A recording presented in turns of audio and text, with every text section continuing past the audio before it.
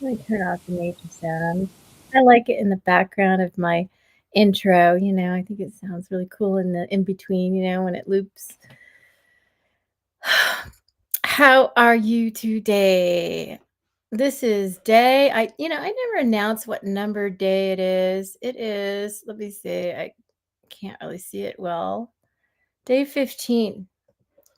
I've been going live for 15 days today. This is day 15. It's been over 2 weeks. I achieved 2 weeks yesterday. Wow, amazing. I mean, not that it's doing anything for my channel. I don't know. I think it's actually hurting my channel, but I need to go live. I need to go live every day. I know it's a legality. I have to do it. I need to be declassified now, as soon as possible. And I hope I'm putting pressure on. It seems like there's a lot of new development in the news with Epstein in particular. And I see this as a positive effect. I mean, I hope that I'm having something to do with pushing things forward. I mean, it's a very sad situation for me. Okay, I'm gonna share my screen in a moment here. Get rid of these. It looks like, all right, I'm just gonna pick this one. I don't know if I'm on this page. I might have to switch pages. Is that it? Yeah. Okay, so Jeffrey Epstein documents update. Let me see how we're gonna do this. Okay, we have it set up this way.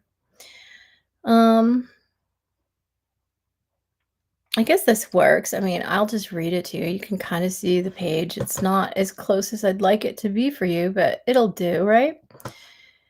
Let me check my comments really quick. Make sure nobody's like trying to talk to me. I don't think anyone is, but you just never know. I missed it that one day. Somebody said something in my comments. Not one day. There were a couple days, but I missed it the first day. So because I'm just so used to not even checking.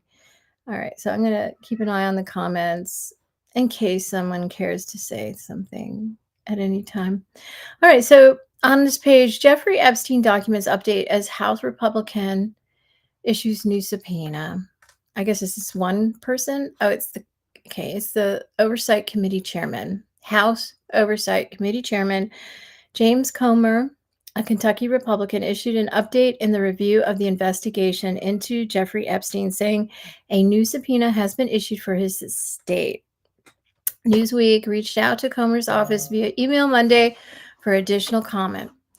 I guess he never got back to them.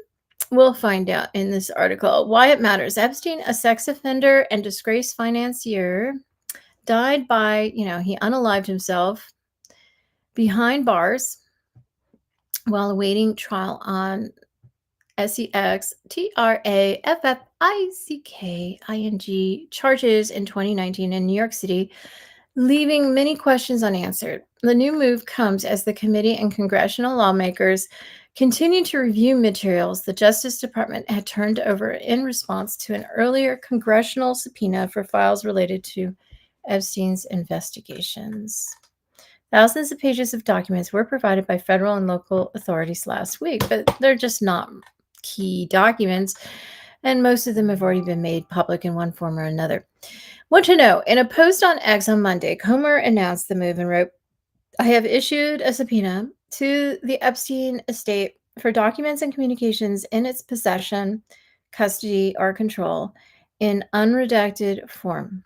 Alexander Acosta, former U.S. Attorney for the Southern District of Florida, will appear for a transcribed interview on September 19. Comer linked to the Oversight Committee's post about the update, noting the news of the subpoena for the Epstein estate, the upcoming interview of Acosta, and thirdly, in part, that he is accepting formal written declarations from former attorneys General Alberto Gonzalez, Eric Holder, and Jeff Sessions under penalty of prosecution for false statements, stating they possess no information about the Epstein or Maxwell cases. The Oversight Committee had earlier issued a subpoena to the Justice Department demanding records related to Jeffrey Epstein and Ghislaine Maxwell. The DOJ began sending material to the committee after the August 19 deadline, delivering tens of thousands of pages, which committee Democrats said largely duplicated previously public records. A lot to do about nothing. So here it says, Ghislaine Maxwell contradicts Trump claim about Bill Clinton. Ghislaine Maxwell says Epstein may have been set up with Princess Diana. Oh, really? MAGA after she was divorced, I assume. MAGA reacts to Ghislaine Maxwell's Trump comments. I'd be interested in knowing more about that. Maybe we'll click that. Ghislaine Maxwell interview, what Epstein's ex-girlfriend said about Trump. Okay. What people are saying in relation to this new subpoena sent to Epstein's estate. Republican Congressman Thomas Massey of Kentucky on X this month, 3 decades of cover-ups, failures, and payoffs. Read this timeline and consider the magnitude of relevant evidence that hasn't been released. Our bill to release the Epstein files can bring justice, transparency, and closure. Ask your congressman to sign the discharge petition. Okay, I'm glad to see some Republicans doing the right thing. A Democratic Congressman Robert Garcia of California on X on Monday. We reviewed 33,000 pages of documents related to the Epstein files. 97% of them were already public. Are already public. It's clear the White House cover-up continues. Pam Bondi could release the full Epstein files today, but she refuses to do so. What are they hiding? They're hiding that Trump is all over the files. That's what they're hiding. And of course, everything would lead to Claire, and Trump doesn't want Claire known. He wants to keep me down because he's been hogging the airwaves, and without, if I show up, he's gone. The truth is revealed, and he's like exposed for what he is: a fraud, a puppet, an idiot, a clown. The circumstances of the estate subpoena and the scope of any new documents it might yield remain unclear. The committee's review timeline, the specific documents in the estate's control, and any legal challenges to production or public release are also pending. I'm glad people are putting pressure on him. Okay, I really want to click this thing. I want to know what MAGA thinks. I'm really curious to know how they're reacting. I know they were in an outrage. Is there such a thing? Uproar over these documents, them not making it public. They smelled cover up, and this time they were right. I'm so glad they're waking up a little bit. Okay, let's see. I'm going to switch over everything. I'll just switch the tab. Okay, so view tab. Okay, I don't know if you're following me over here. It's on Newsweek. Did you follow me over there? Yeah. Okay, you're seeing this, I think, right? Supporters is what the first word is. Yes, you're following me. Okay. Supporters of President Donald Trump have cheered the comments made by Jeffrey Epstein's imprisoned former girlfriend, Ghislaine Maxwell, in interviews with Deputy Attorney General Todd Blanche. Oh, no. They shared sections from Maxwell's testimony where she says she never saw Trump engaged in any form of sex, UAL behavior on social media after transcripts of the interviews were released by the Department of Justice on Friday. Ugh, they bought it. Maxwell is serving a 20-year sentence after being convicted of luring girls to be abused by Epstein and is wanting a pardon from Trump, of course. Newsweek has contacted Maxwell's attorney for comment via an email sent outside regular business hours. Oh, look at this. Look at his hat. Trump was right about everything. Oh, he just loves himself to death, doesn't he? Trump was right about everything. So this was on Friday that Trump was speaking from the Oval Office.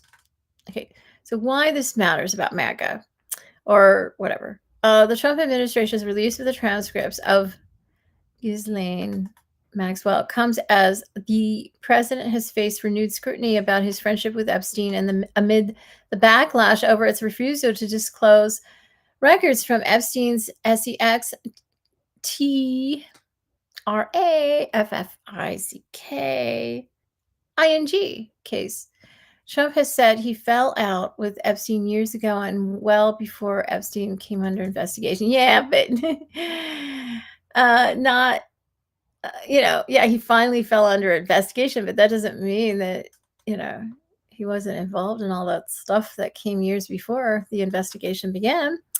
The Epstein saga has consumed the administration since the Justice Department and FBI said in a 2-page memo in July that Epstein had unalived himself despite conspiracy theories to the contrary, that a client list that Attorney General Pam Bondi had suggested was on her desk did not actually exist. Oh, yeah. Well, why did she say that?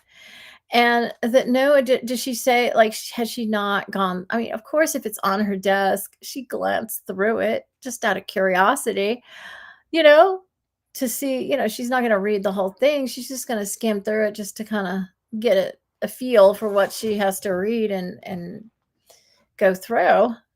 I'm sure she's kind of, she would be curious. So she wouldn't have said, "Oh, it's on my desk," if she didn't know it was there. I mean, she saw it was in there. Of course she did. So she's denying, and that no additional records from the investigation would be made public. Oh, that is so horrible.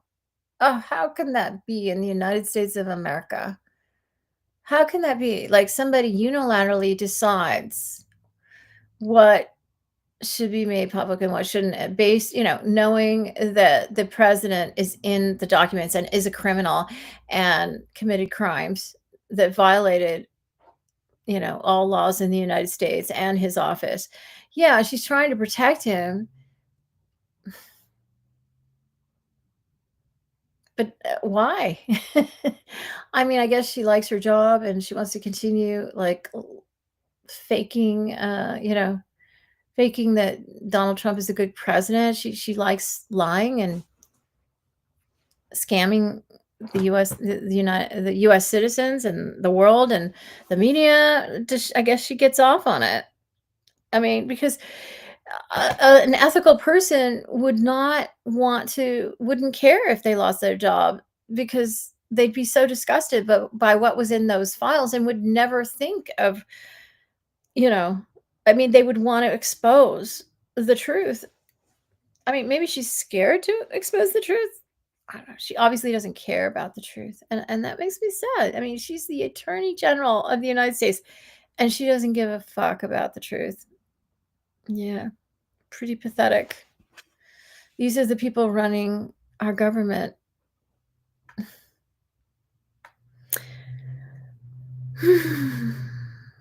The decision outraged many of Trump's supporters, and it should have, and I'm glad it did. I'm glad that that was something that outraged them, because nothing seems to outrage them about Trump, and conspiracy theorists who believe the files will reveal a cover up in the case to protect Epstein's wealthy and powerful friends, including Trump. Yeah, including Trump. Epstein was found DEAD in a New York jail cell in 2019 while awaiting trial on SEX TRAFFICKING charges in what authorities have ruled an unaliving. What, self-unaliving. What to know? Maxwell told Attorney General Todd Blanche that she never saw the president in any type of massage setting. That is BS, according to the transcript. He loved those massages, I'm sure. I never witnessed. I mean, because a massage seems totally harmless, right? On the surface, it's like a cover for a lot more. I never witnessed the president in any inappropriate setting in any way. The president was never inappropriate with anybody. In the times that I was with him, he was a gentleman in all respects. Gosh, he is the reverse of a gentleman. I mean, just look at him, the way he conducts his office as president. I mean, he's never been a gentleman in the office of the presidency. I guess she thinks that intelligent people, she's like talking in code. She knows all the people who have brains will know that, and know that she's lying through her teeth, and it's just all the underlings, and idiots out there who will just blindly believe her. I guess that's her little thing. It's like she works for intelligence agencies in Britain and Israel, and Jeffy was CIA.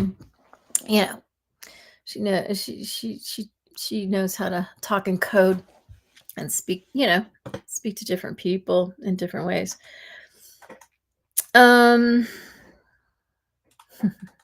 The White House releases a list of Smithsonian exhibits it objects to. Oh my goodness. Yeah, they're the historians of the United States too. I mean, they just are taking over women's bodies. They're taking over Washington, D.C., and they're on to Chicago after that. I mean, what don't they think is their business? I really don't know. Asked if she ever heard Epstein or anyone else say Trump had done anything inappropriate with masseuses or anyone else in their orbit, Maxwell replied, absolutely never in any context. Oh, what a freaking liar. Oh my God. Representative Marjorie Taylor Greene, a Georgia Republican, wrote that Maxwell's testimony had vindicated Trump. Oh my God. If there had, and Pam Bondi has all the information on her desk, and she knows that the truth, which is horrible. She knows what President Trump did. I mean, according to the investigation, there's more that he did that they didn't, just uncover probably in their investigation.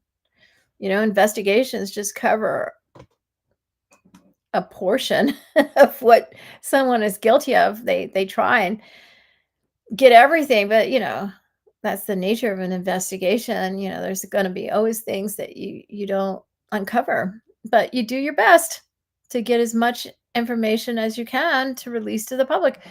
And it's supposed to be released to the public so people are fully informed. It's like Pam Bondi is deliberately keeping the American people in ignorance so they won't know who the person that we have in the presidency. She knows the kind of person he is, and she still thinks he should be president. She still protects him. It's disgusting. And really, one day, all of this information will be released to the public. It'll be, if not now, it'll be later, sooner or later. And Pam Bondi is going to look horrible. She's a co-conspirator. She is involved in the crime. We don't know what else she does. I mean, but if she's doing this, if she's lying like this and protecting a PEDO, maybe she's one herself. I mean, I really wonder, because a person who is innocent and discovers this information about the president of the United States and is ethical and upright and, um, tells the truth. I mean, she wouldn't be able to protect him. She wouldn't be able to lie like this and pretend that there's nothing in the files and refuse to release them. It's absolutely disgusting. And she is violating her office, violating her authority. It's absolutely disgusting. And I don't know, maybe Trump's paying her like a PROSESTITUDE,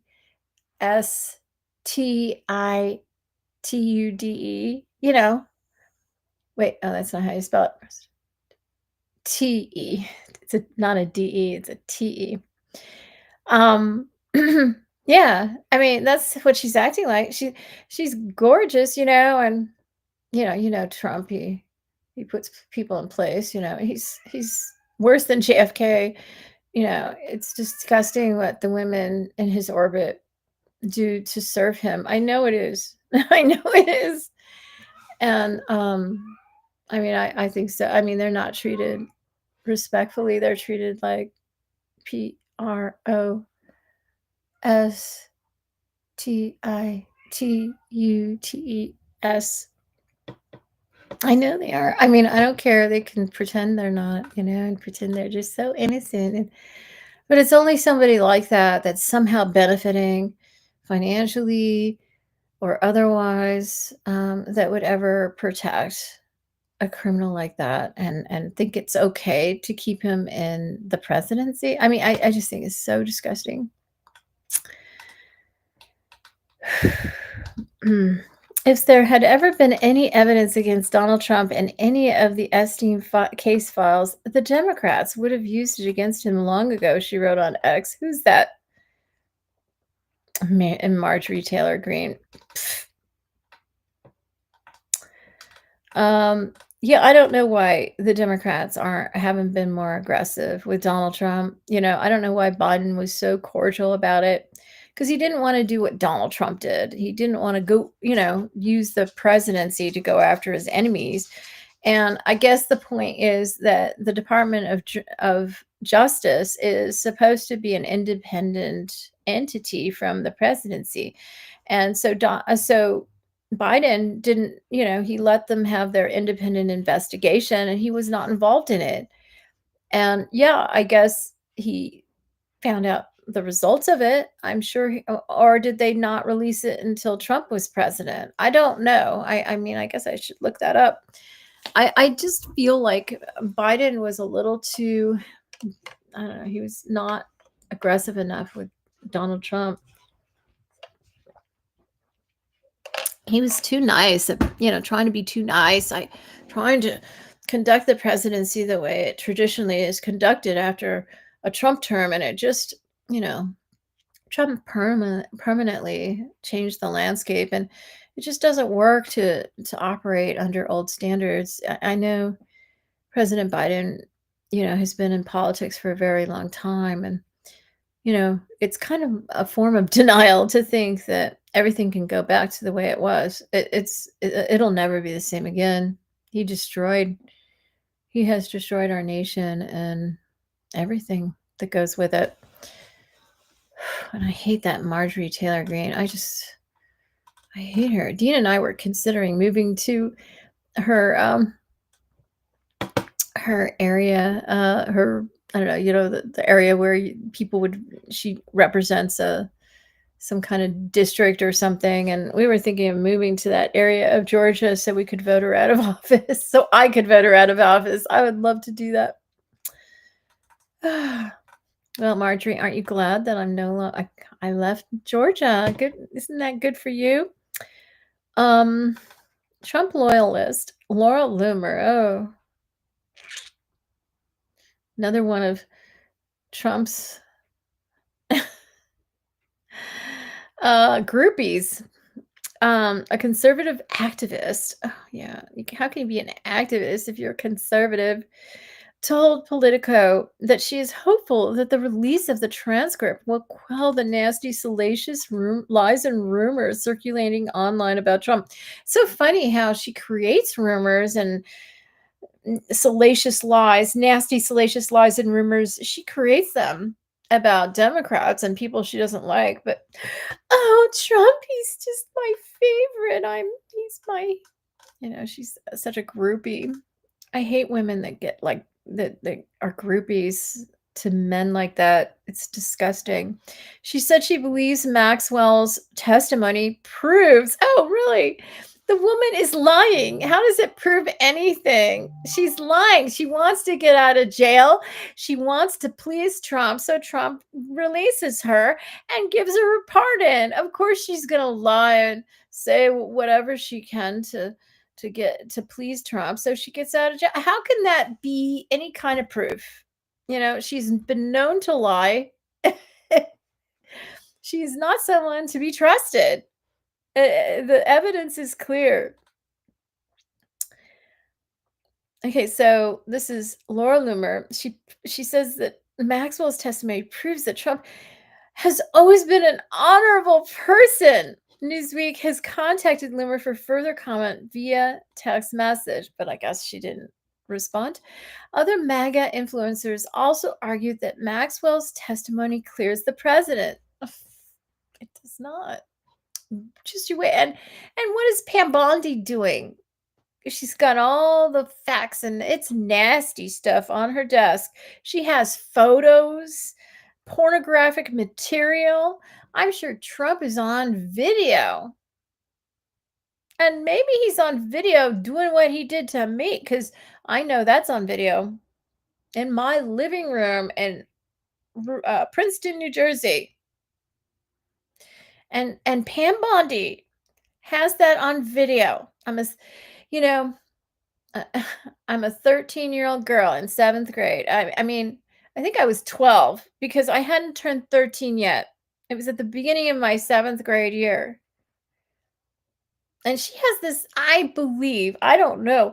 I know that is on her desk and she's looking at it and she thinks that's just fine. Yeah, that's just fine. He's the president of the United States. He can do anything he wants. He can break any law. He can destroy any young girl's life. That's okay because he's my president. Has always been an honorable person. That is disgusting. That is the opposite of the truth. Newsweek has contacted. Okay.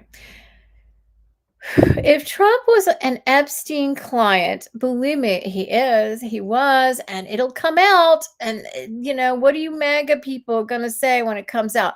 What are you going to say? Yeah, what we are going to say on the other side, we're going to say, we told you so, idiots. turn your brain on. Use your brain. Your brain, your brain is, the switch for your brain seems to be turned off. You need to turn on your brain. Turn the switch on. You're not thinking.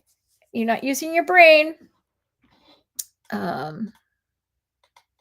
If Trump was an Epstein client, the deep state would have already leaked it. Why do you think that? Biden, I think, was far too much a gentleman and honorable.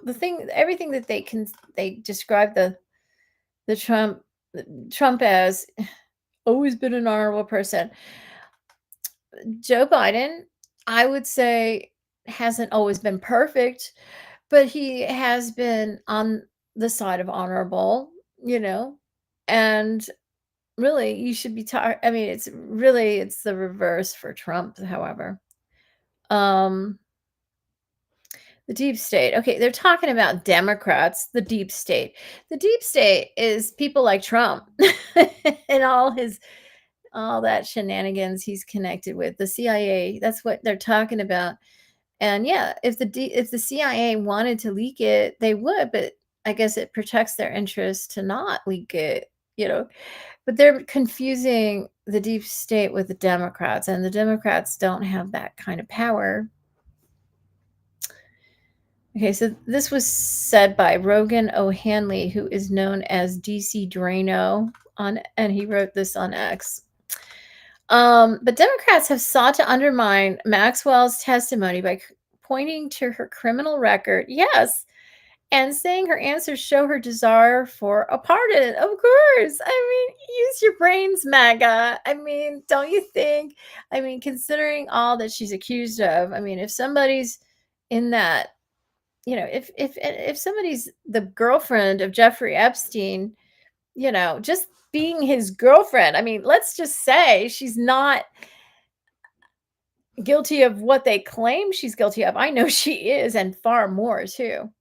But let's just say she's just his girlfriend. I mean, his girlfriend knows a lot of shit. His girlfriend had to have been involved. He wouldn't have her as a girlfriend if she wasn't involved in all this. I mean, he was an SEXUALPREDATOR,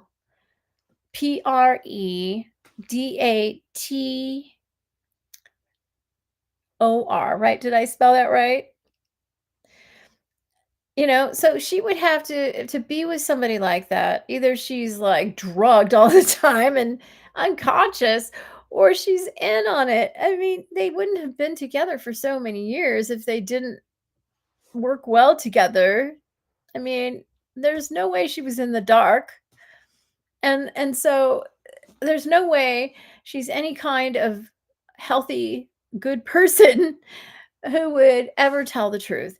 Of course, she would say what Trump wants to hear, so she gets out of jail and gets a pardon. Of course, come on. What are you, stupid, MAGA? Are you stupid? Are you retarded? I mean, yes, that's what I think you all are. You have to be. You have to be missing parts of your brain. There's no way you can't put one together with one and not get two. I mean, it's so elementary and stupid, and you're always saying the wrong answer. Okay. So Representative Robert Garcia, the ranking member on the House Oversight Committee, said Maxwell is a convicted SEXTRAFFICKER and known liar. Yes. Yes. And that her interview shows she's desperate for a pardon. What people are saying. Green wrote on X, Ghislaine Maxwell says President Trump was never inappropriate with anyone and was a perfect gentleman in all respects. I'm sure that Green has seen Trump not be a gentleman. I mean, we've all seen him not be a gentleman. I'll say it again, she says, I guess. Is this her? I think so. I'll say it again. The Democrats tried to put President Trump in jail for the rest of his life, destroy his business, and take his wealth. And multiple assassins tried to kill him. Multiple. Who else other than that dude in Pennsylvania? Who else? it's me. She's actually talking about me. This is what has happened to me. I'm like in jail for the rest of my life. I mean, I'm waiting to get out. I'm classified top secret. That's like being in jail in a sense, on home arrest or something. Destroy his business. Yeah, everybody has taken everything of mine and all of the businesses I formed. They're all being, other people take credit for them and benefit from running them, and you know, they take my wealth. Multiple assassins have tried to kill me too. I mean, not two. There's just that guy in Pennsylvania. I don't know of anybody else. Do you? I mean, multiple assassins? What is she talking about? If there had ever been any evidence against Donald Trump in any of the Epstein case files, the Democrats would have used it against him long ago. President Trump has been vindicated once again. Yeah, falsely vindicated. He's not innocent. The Democrats just don't have the power and influence to be able to out him and expose him. And, I feel like Joe Biden was a little too gentlemanly. I mean, I don't know. His independent DOJ did their job.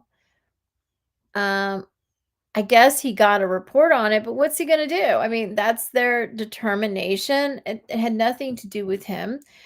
Yeah, I am surprised that, well, I mean, Jeffrey Epstein, he he was he went to trial, right? I mean, 2 times. He went to jail twice, right? Um and Ghislaine Maxwell went to jail and she was convicted. I mean, I guess President Biden did what he was aggressive enough, I guess, but I just don't know why all the Republicans think that he had something. I don't know. I don't know. I know President Biden just wanted to do things the way it was supposed to be done in government. He probably never dreamt that Trump would ever come make it back to office. I didn't either. And I just feel like, President Biden just kind of goes, he's old school. And I think that there's charm in that. But when you're dealing with Trump, you kind of have to move up a couple gears and realize the world we live in today. I know things used to be done a certain way, but the world's never going to go back there and be the same again.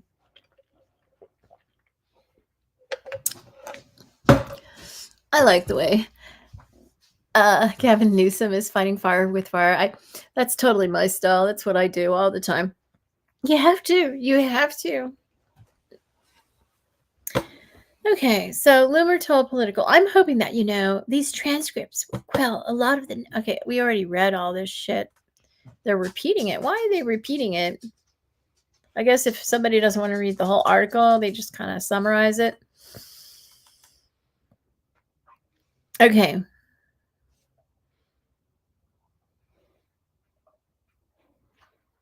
Yeah, I like what Garcia said on X. He's the Democrat. He says she claims no involvement in wrongdoing, which is insulting to the girls and young women she victimized. And, Trafficked. She cannot be trusted. I agree.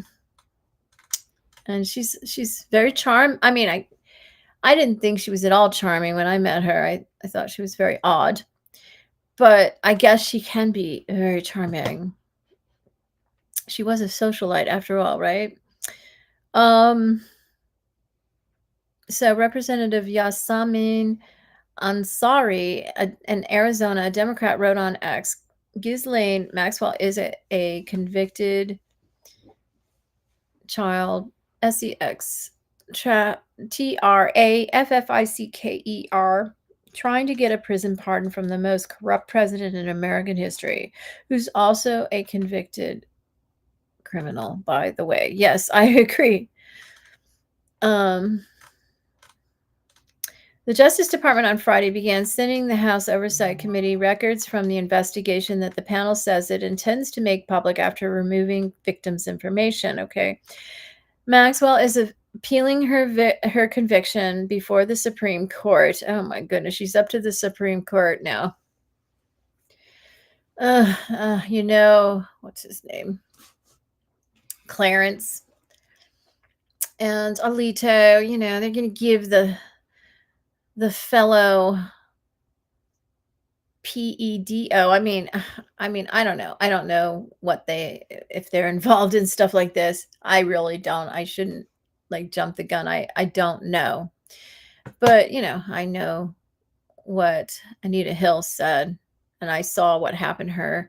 And I mean, it's disgusting that Clarence even got on the Supreme Court, because I know what Anita was saying was true.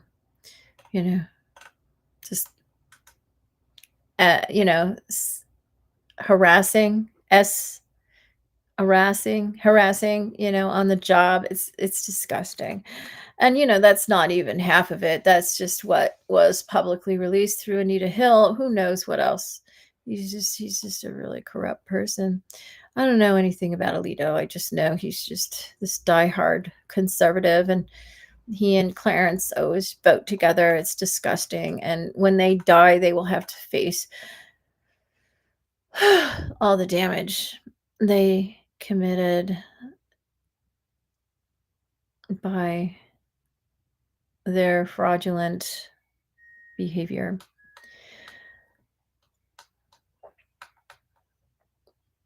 So the justices are expected to decide whether to take up the appeal in late September, so they may not even take it up.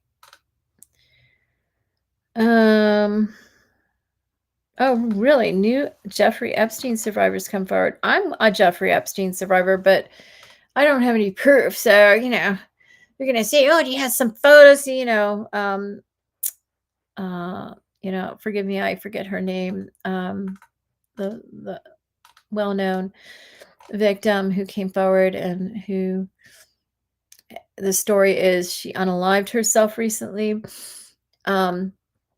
She had a photo, of her and Prince Andrew, probably photos with, she has proof she worked at Mar-a-Lago. I don't have any of that stuff. He just came over to my house. That's all. I mean, I don't have any proof of that. Okay. And it was planned that I wouldn't have proof, so that it would be released at the right time. Wow, lifts the lid on DOJ under Pam Bondi. Okay. Just looking at all these headlines.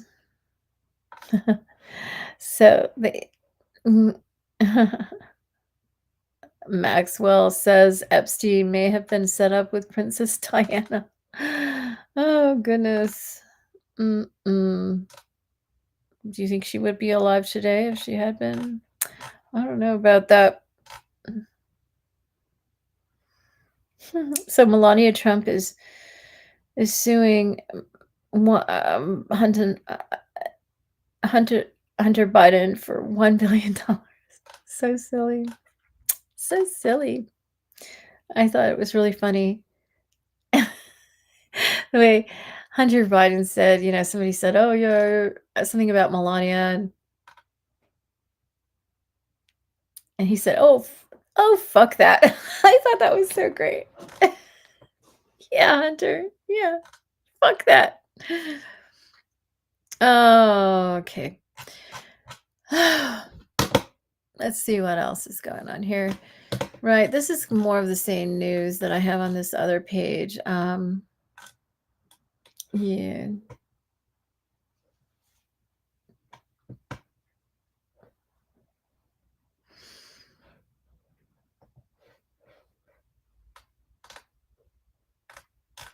All right, here's something else. House panel to question former Trump official who oversaw Epstein's plea deal. This guy. Attorneys for Epstein's victims had criticized the House Oversight Committee for not subpoenaing Alex Acosta over his role in approving the 2008 non-prosecution agreement. He got a slap on the hand, that Epstein. And this guy is who made that possible. Makes you wonder, what did they do for him? Did they pay him money? Was he involved? Was he in cahoots? The House Oversight Committee announced Monday that former Labor Secretary Alex Acosta will appear voluntarily before the panel next month as part of its investigation into the Jeffrey Epstein case. Attorneys for Epstein's victims had raised concerns about why the Republican-led committee did not include Acosta, who served in the first Trump administration when it sent subpoenas to a number of high-profile former government officials as part of the probe.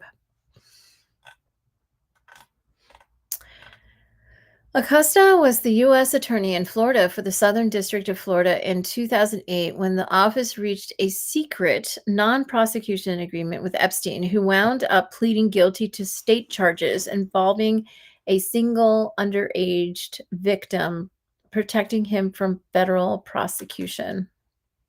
A single one instead of all the many he violated. A Justice Department Office of Professional Responsibility investigation into the Epstein deal found it was Acosta who made the pivotal decision to resolve the federal investigation of Epstein through a state-based plea and either developed or approved the terms of the initial offer to the defense that set the beginning point for the subsequent negotiations that led to the non-prosecution agreement.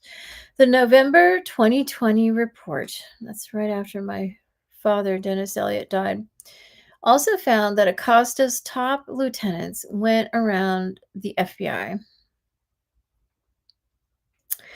The federal prosecutor investigating the case and the victims by making an offer for Epstein to plea to state charges. Yeah, go ahead, plead to state charges and we'll just charge you for one girl. Resurfaced reporting about Acosta's role in the plea deal led him to step down as labor secretary in 2019. Yeah. Despite that, his name was not included in the initial batch of subpoenas sent out by the committee this month. Among those named were former President Bill Clinton, former Secretary of State Hillary Clinton, and several top former Justice Department officials, including former Attorneys General Loretta Lynch, Eric Holder, William Barr, Merrick Garland, Jeff Sessions, and Alberto Gonzalez, who had been Acosta's boss when he was in Florida. How can any genuine investigation into the federal government's sweetheart deal with Epstein, including the extraordinary grant of blanket immunity to all his named and unnamed co-conspirators, oh my goodness, makes you wonder if this guy was a co-conspirator and he was trying to protect himself in the event that was discovered in the future. That is disgusting. I mean, I don't understand why there's so many things that are not considered conflict of interest legally that should be. And yet, like civilians like me, there's so many conflicts of interest that I have to work around but they can tweak things. So it's not, there are so many things that should be a conflict of interest that are governmental officials. Like, I mean, the fact that the senators and House members can trade stocks according, they have top secret information or secret information. They know what's coming and they can trade stocks with that knowledge, that inside information. Conflict of interest, if you ask me. Conflict of interest for the president to be, benefiting from his presidency financially. I mean, there's just so many things. And then some little lowly person like me is just under such pressure to, not be a conflict of interest in certain cases I've been in and things I've done legally. It's like everything's a conflict of interest for me. Oh, but nothing is if you're the president of the United States or in a high office in government. They can just switch things around and at their desire. Uh, it's really not right. Mm. Epstein victim attorney Jack Scarola said in a statement to NBC News after the subpoenas were released, he said this about, how could any genuine investigation into the federal government's sweetheart deal with Epstein, including the extraordinary grant of blanket immunity to all his named and unnamed co-conspirators. Who does that? That is unbelievable. That is so. That is such a. That is, I can't even believe he was allowed to do that. And so, how could that omit Alex Acosta, right? You have to talk to Alex too, because look at what he did, how important he is in the history of Epstein. Representative Robert Garcia of California, the top Democrat on the panel, said Monday that the about face came after weeks of pressure from Democrats. Good. A person familiar with the situation told NBC News that the committee approached Acosta about a week and a half ago about coming in for a voluntary transcribed interview. The Acosta interview is scheduled for September 19. The committee said Monday an additional subpoena is being sent to the Epstein estate for the circumstances and subsequent investigation of Mr. Epstein's death, the operation of SEXT, RAF,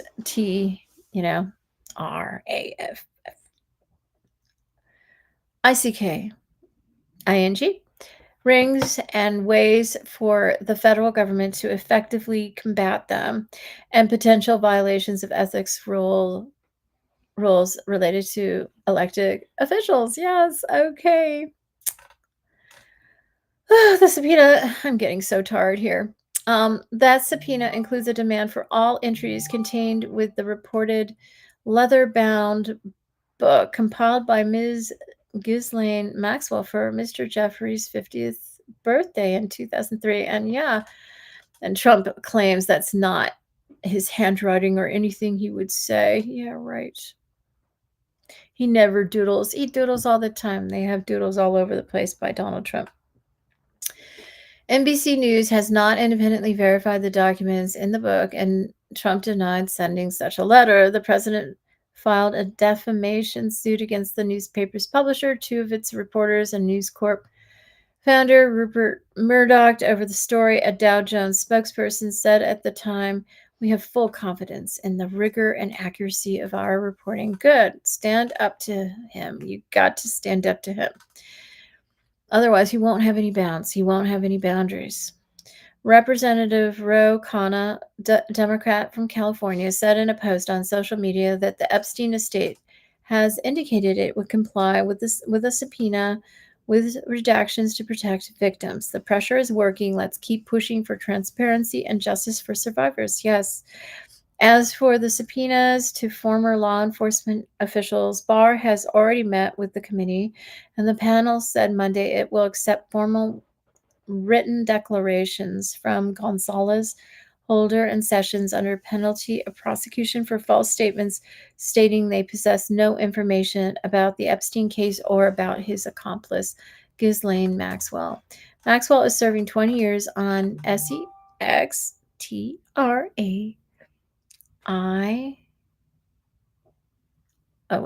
TRAFFICKING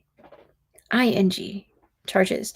She's appealing her conviction. Epstein died by unaliving himself in jail in his jail cell in 2019 while awaiting trial on federal SEXTRAF.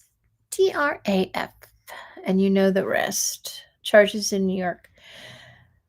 The case returned to the headlines this summer when the Justice Department and FBI announced an unsigned joint memo that they agreed Epstein's death was the result of an unaliving, self-unaliving, that no other people are expected to be charged, and that no further information about the case would be released. Oh, such a violation of your office. all of you. The move outraged many Trump supporters because he and his allies have stoked conspiracy theories about Epstein's death and had vowed to have transparency in the case. The House Oversight Committee. What is this?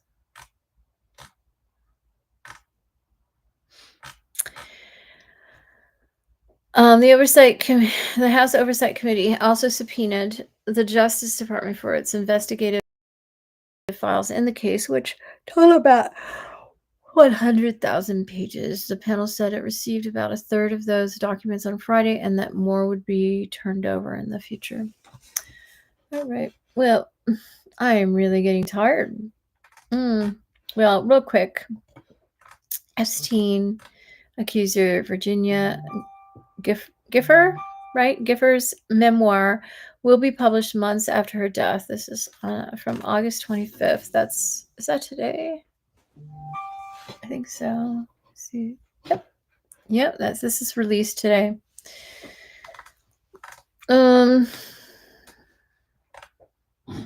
This is her from 2019.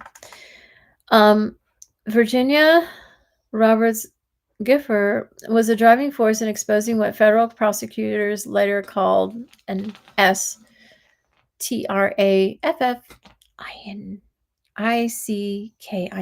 ring, in which Jeffrey Epstein and Ghislaine Maxwell exploited hundreds of minors and young women. Now, Gifford's memoir is poised to tell more of her story. It will be published posthumously. Is that how you say that?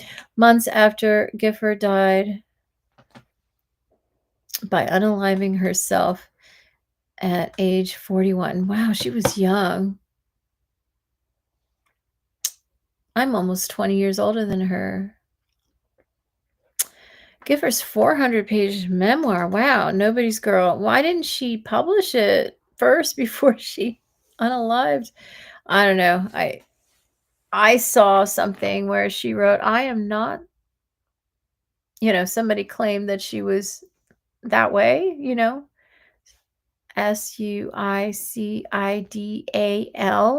And she said, I'm not that. It's not me. If they're doing that, it's because, I think she was very concerned about her life and, people targeting her and her life. I think she was very concerned. And she made it really clear she was not feeling that way. She was not, there was no risk because she didn't feel that way. That's what she claimed. And then she just drops dead. And they claim it's an S, Okay, so it'll come out my birthday. It's going to come out on my birthday. Her memoir is being released on my birthday. October 21st of this year. And this is according to Alfred Knopf. The publisher describes Gifford as the woman whose decision to speak out helped send both serial A's, to prison, who's photographed with Prince Andrew catalyzed.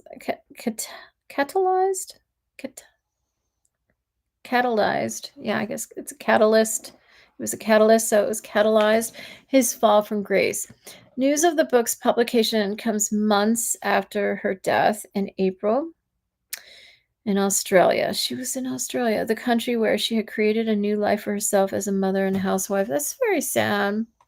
She left behind a memoir written in the years preceding her death and stated unequivocally that she wanted it published. Knopf said, Nobody's Girl is the riveting and powerful story of an ordinary girl who grew up to confront extraordinary adversity.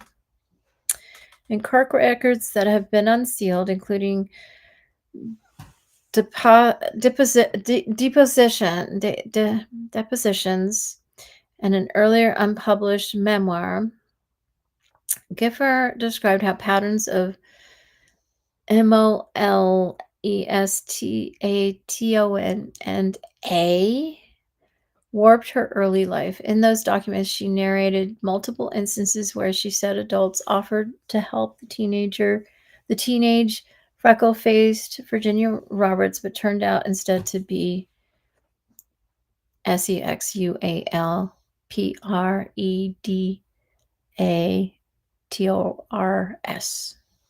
The upcoming memoir tells that story, Neff says, but it also details Gifford's fight to extricate herself and seek accountability for the crimes committed against her and others. Her story is intertwined with wealthy and powerful people. In the 2016 deposition, she testified that she was a teenager working as a locker room attendant in Florida at President Trump's Mar-a-Lago resort and spa in 2000 when Maxwell approached her to discuss massages. Gifford says the conversation led to by Epstein, who lived nearby. Maxwell has denied many details of Gifford's account. In 2022, Maxwell was sentenced to 20 years in prison for helping to operate a STRAFFINICKING ring that included the abuse of, sorry I said that word, algorithm, so UNDERAGE girls. Last month, Trump said he stopped socializing with Epstein after they had a falling out over Epstein hiring away girls. Yes, he admits this. And, it's so ironic. I mean, you'd think that Ghislaine would know what Trump said about that, because he admits that Epstein's people, Ghislaine, kept stealing her girls. He would always blame Epstein. You keep stealing my girls at Mar-a-Lago. That's something Trump has publicly admitted. And I heard the snippet of Ghislaine claiming that she never did anything at Mar-a-Lago and there weren't any girls there, or something, that she never recruited girls from there. And it's so wrong. Last month, Trump said he stopped. Okay. The president has also repeatedly urged his supporters and fellow Republicans to dismiss theories that the government is withholding evidence related to Epstein, such as a client list of elite friends, but Trump is one of them on that list, with whom he ordered minors and young women to have sex. I'm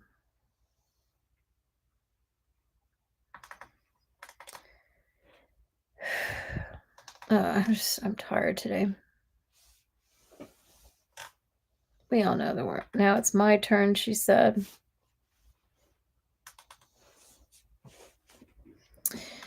Oh. So Epstein settled his lawsuit with Gifford for far too little, only $500,000. I mean, that's a good chunk of change for her, but that's so horrible. That was pocket change for him. He should have given her more, knowing what he did to her. The deal was unsealed in January 2022. A month later, Prince Andrew also agreed to a settlement, ending a lawsuit from Gifford. So, wow, she got a lot of money, but I don't know. She probably didn't give her as much as she should have. That was the royal family that paid her off. And the royal family, this is the funny thing. I mean, they punished Andrew and they took away all his titles and everything. But, when I went to England, I mean, I don't know if I've mentioned this. I'm so tired right now. I just don't feel like going into it too much. But I went to England in 1979, and I realized in recent live streams that it must have been after that trip to England in my 7th grade year. It was like May of 1979 that Prince Andrew started coming to my house with Jeffrey. And, Jeffrey was really like trying to protect his identity.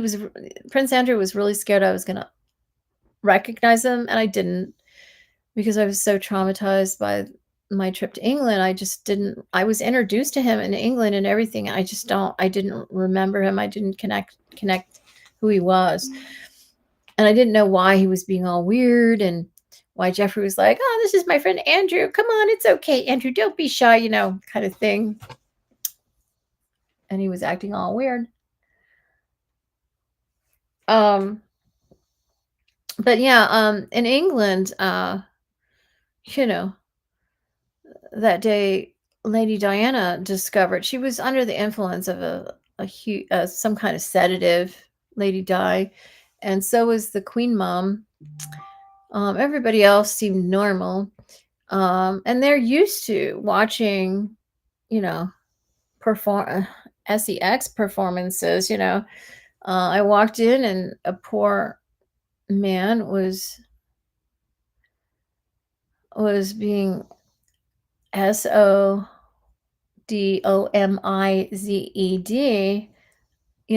on stage. They had all it was in a house. It was in this guy's house too. He was like 21 at the time, born in 1957, right? And so it was 79. What is that? Yeah. He was turning 22 that year, but he was 21 at the time. And I was married to him too. Lady Di was married to her prince, and the talk between her and I is that I get married to my prince and she gets married to hers. All right. I don't know who has some scam likely call. It's my duck. That's my ringer. Yeah, this guy. I know he's proud. He's actually my genetic brother. His name is Alan Simmons. And I went out with him for a time before I ever remembered him. And I didn't know why he affected me so much, at the time. And then finally I was able to remember him. He remembered me far before I ever remembered him. And it was because he was my brother that I was brought. I mean, I went to England a lot when I was a baby, when I was a child, and he had a lot of health issues and mental issues, and I healed him. I tried healing, I tried to heal him in other ways, and then finally, I healed him. Yeah, I guess as a baby, they gave me those kind of drugs, uh, the mimic, the forerunners to ecstasy. And as a baby, I guess I didn't need them to give me those drugs if I like somebody. I mean, I guess when I was a baby, I mean,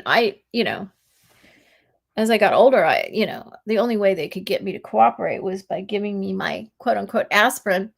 But when I was still a baby, a young child, I guess, I was in a different stage of my development. And I guess it was daddy who brought me to England. And he, was one of his children, he's my brother, the Alan Simmons, and older brother. And genetic brother. I didn't grow up with him as my brother. He's one of daddy is his genetic father. And daddy was one of my genetic fathers. But he's my genetic father many times over.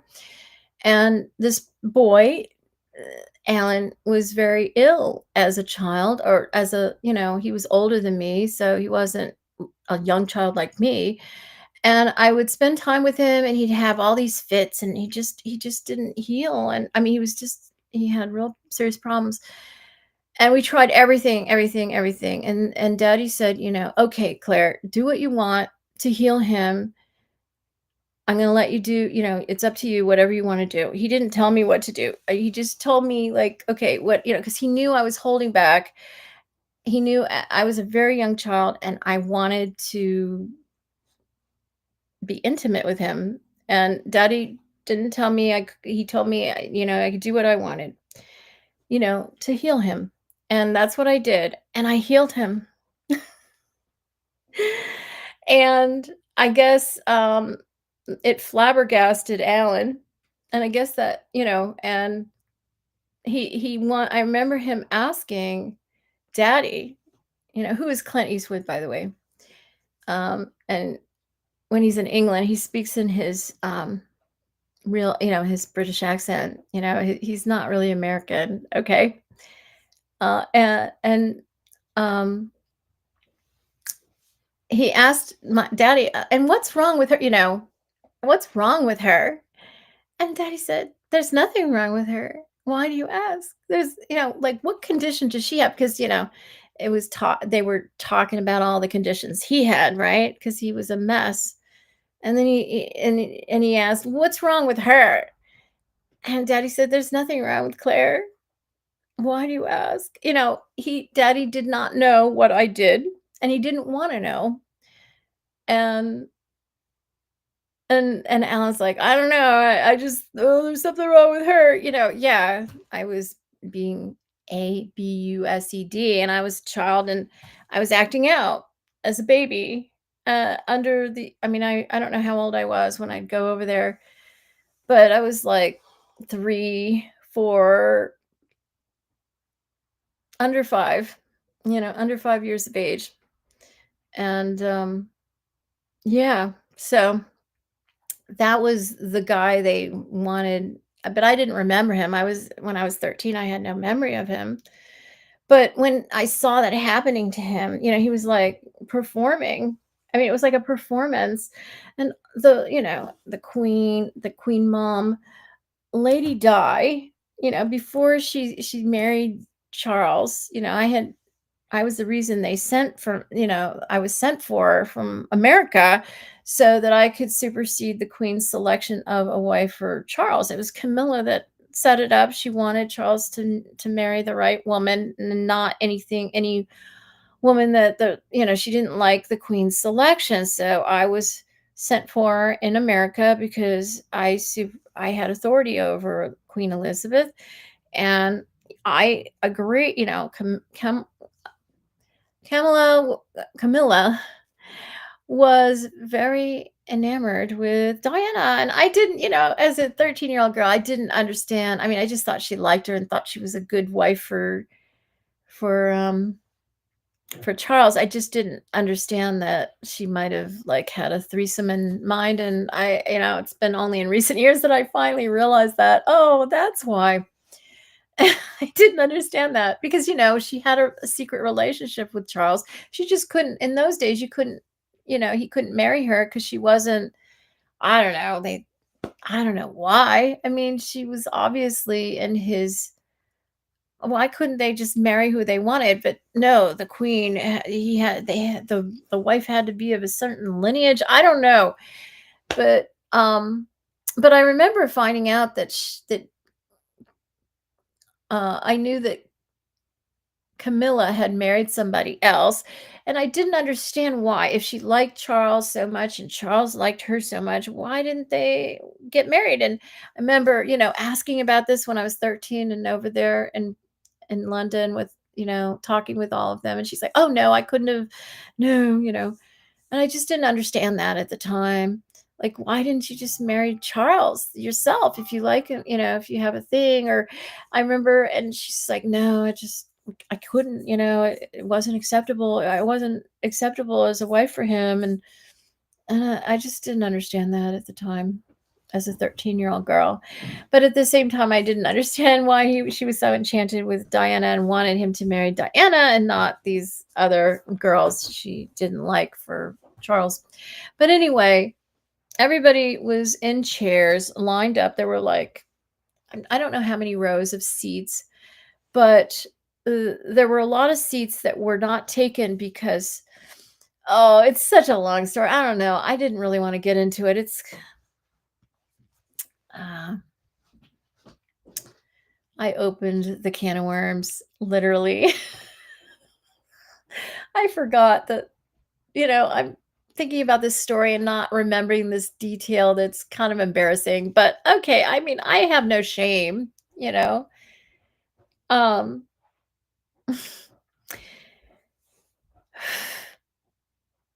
back when I lived in Old Greenwich, Connecticut, um, I'm not remembering the exact year. I think I was, like, in 3rd grade. I was 8 years old.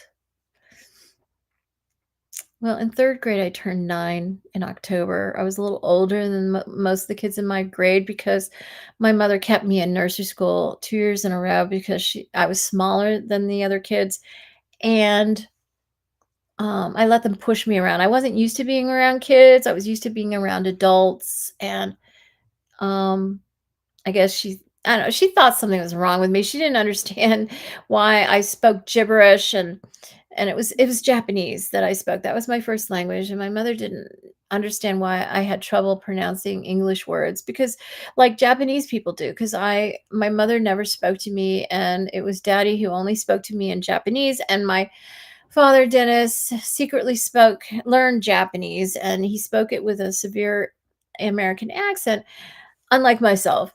But that was our secret language, and, my mother just didn't understand and wasn't in a she was out of the loop, and, so I guess she was a school teacher, so she was just, like, trying to give me the advantage. I mean, not really me. She just wanted to look she didn't want me to make her look bad, My mother was always really, it was all about my mother, it was never about me. She wanted to look like a good mother, she wanted me to make her look like a good mother all the time. That was her number 1 concern. It really was not me. Um, but anyway, so I think it was around 3rd grade or so that, the FBI, um, injected something in our dogs. Oh, my brother's not gonna like this, but it's the truth, and it's our story. Um, Injected, some worms in my dog's bottom, and it was a special breed of worms that they could track, and, they weren't they would identify whoever got these worms you know, these worms would identify that they were in that line, of they were okay, so it started with my dog Curry, who is, um, the black she was not a black cocker spaniel, it was intentionally made she was intentionally made a cocker spaniel in the copper tone girl image. I got her for my 2nd birthday. She was a black poodle, a sheepdog poodle, and she grew into a big gray medium. I guess she was on the large side. She was medium to large, and she looked more like a sheepdog because we didn't cut her hair, and she was really shaggy and, um, all of that. She was gray when she got older. But, anyway, it was Curry, and, um, because,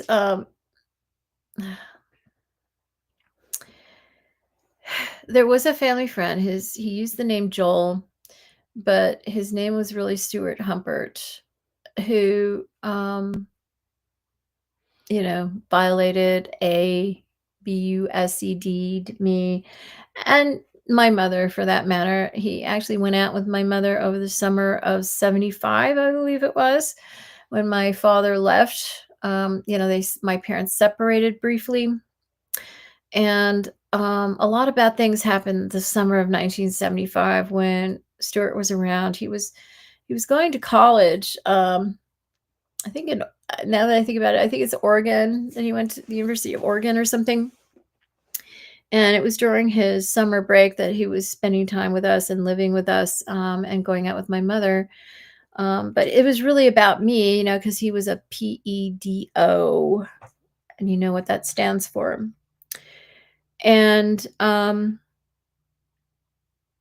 anyway, he was giving my brother, these popping these pills. He was giving my brother pills that my brother was talking to me about. Oh, that's how he told me a long time ago. um, that it was when that guy, he was talking about Stewart, um, gave him those pills to pop, and they were sex drugs, mimicking ecstasy. Um, that's how his drug use started. That's when his drug problem happened. My brother has always been a, drug user and is to this day, sadly. And he says that that was the origin of his use of drugs. And um, anyway, you can imagine a little. At that time, I was like 8, and he was 6. My brother was 6. He's like 2 grades behind me. He was 2.5 years younger than me.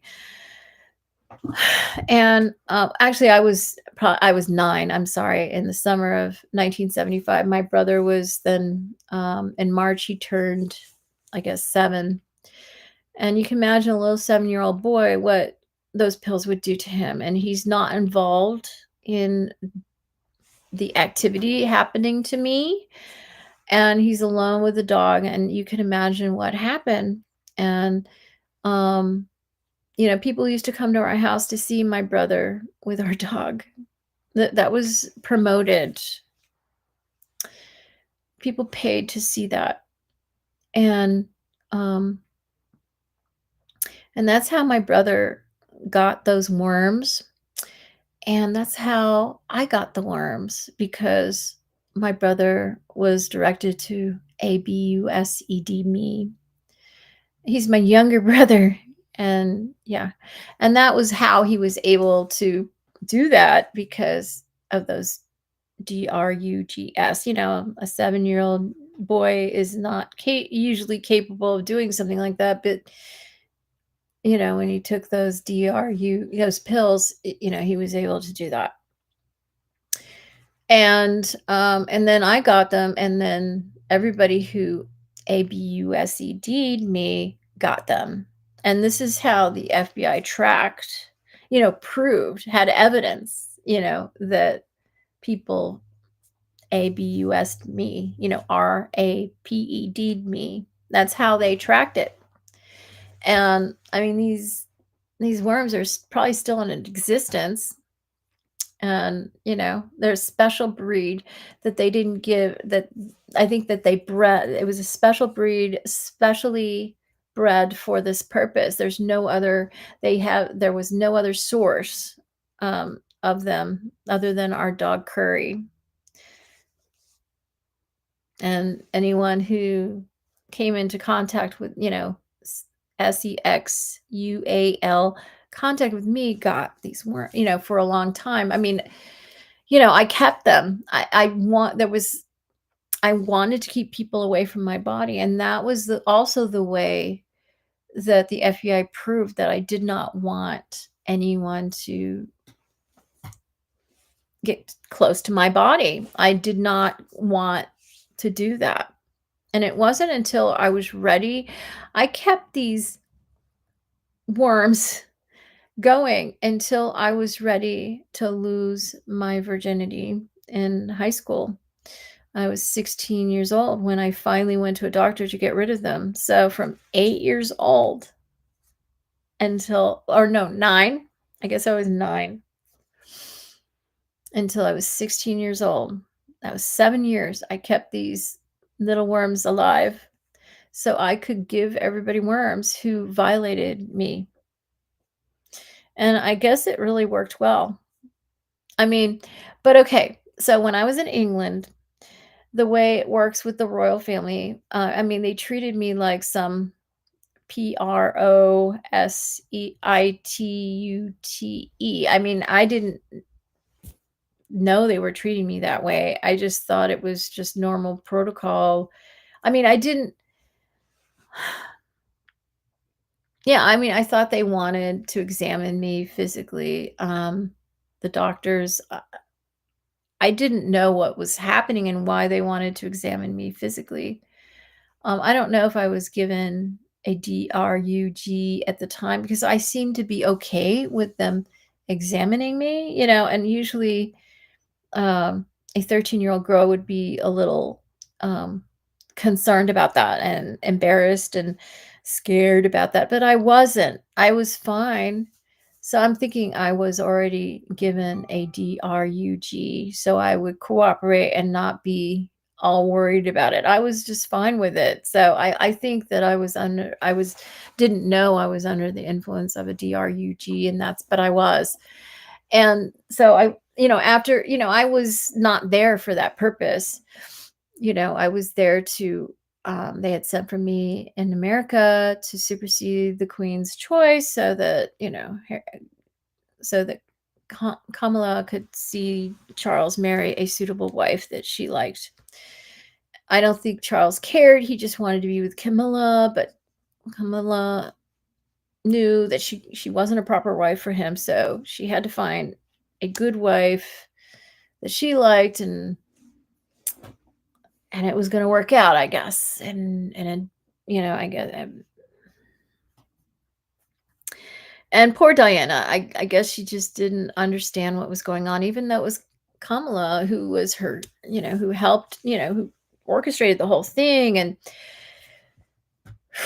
guided her and was by her side all the time. I mean, there was nobody else but Kamala who made everything possible, and Diana knew this, but she seemed so surprised when it became clear that there were 3 people in the marriage. There always was 3 people in the marriage, even before they got married, but, I guess she was a young girl, and, you know,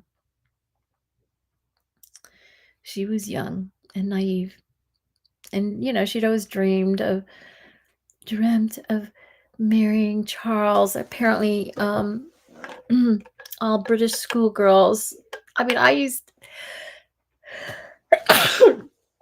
didn't want to tell Diana that I mean, I always thought Charles was so ugly when I was a young girl, you know, when I was a kid and when I was a teenager. I just thought he was so ugly. And I didn't want to tell Diana was so into him, and I didn't want to tell her that I thought he was ugly. Um, all British girl, I guess, all British schoolgirls really were into him. It was part of the culture in those days. And yeah, I just remember not wanting to tell her that I thought he was, because I mean, I used to always talk about it like, why do all these girls like him? I think he's so ugly. As he matured, I think he softened his harsh features softened quite a bit, and he wasn't so bad later. But yeah, as a young person, I just didn't see what all the hype was about Prince Charles. I just didn't. Um, I thought that Andrew was the cute one. I did. I mean, when I went to England, I don't know, maybe that's why he came to America. Yeah, maybe I reacted to him that way. I don't even remember at this point. I just remember meeting the whole royal family, and I didn't really know everybody. I knew the Queen, I knew Charles. Yeah, I mean, I always said Andrew was the cute one, and I met the cute one, and maybe I told him that. I don't know. Maybe I reacted to him, or people told him I thought he was the cute one. And maybe that's why he came to America. I didn't even think about that until just now. Yeah. Wow. Um, but getting back to the worms. Okay, so at a certain point at the end of our visit, we were in England for 10 days. We were like chauffeured everywhere. I was at all the tea houses having high tea with Kamala and Lady Diana, and it was just so much fun, and it was great. And then at the end, we did a group picture, and Diana was there, and it was different. It was just before the end when everything went bad, and I hadn't seen Diana for a while, and she was just different somehow. And I guess I was acting. I don't know. The photographer was making me ham it up, and I was acting, I guess, very American, not really knowing British protocol, and I was hamming it up for, the photographer, who is somebody I know, was getting me to ham it up for the photo, because they were introducing me, "Oh, she's not your queen, so you can just call her Elizabeth," and I didn't have any memory of when I was a child, when she'd come over to my house and have me approve things, because I had authority over her. It was when I became classified top secret that she no longer had to come over, to America to get my approval on everything. I guess she used my classification as she hated coming over to get my approval on everything. And I'm just like this little baby. I was talking clearly at age 6 months. And that's when she would come over and ask my approval for everything. I'm a little baby, sitting there. And I'm approving everything, but daddy and I agreed that I was going to not approve a certain thing. He went over everything with me before she arrived. And there was one thing, and I waited for it, and I said, "No, I do not approve." And oh, that just infuriated her. And she was so happy when she didn't have to come to America to get everything. I mean, it's not legal that she stopped. She just did it because I was then classified as top secret, thanks to Larry Shaw, the doctor of delusion. Anyway, in England, yeah, so the photographer, who I know very well, was like, "Okay, Claire, um, they had me like doing this, like the royal family was behind me, and I'm like, I was having a ball. And Diana's like, "Oh, the British, they have their little cultural thing." And, they would never, especially back then, we're talking like this 79, right? And I'm just hamming it up for the camera. And I'm just walking around like, yeah, like I'm Queen Claire Elizabeth, because I am, right? I don't know if they said that to me because I didn't have any memories of being the queen, the real queen, the legal queen. No, they just got me to beef it up, ham it up for the cameras. And they brought out all of my, American, yeah, and I'm sure Diana was in horror watching me. And, I saw the looks on their faces, and I didn't understand it. Like, how, what, I guess they're just so used to everybody bowing down to them and curtsying. And, and I wasn't doing any of that because they told me, "No, you don't have to do that. That's not your queen, no curtsy necessary." And I'm like, "Hi, okay, all right," and I'm sure that the royal family had never seen anything like that. They'd never been treated that way in their entire life. And I remember it was Princess Anne that was very, very, uh, what's the word? Just thoroughly disgusted with me. Like, "How dare you?" I'm like, "What's her problem?" I mean, I don't know. I was really hamming it up. And I really think I was under the influence of a drug or something. I really do think they had me under the influence of some drug, because I was just like, I didn't care.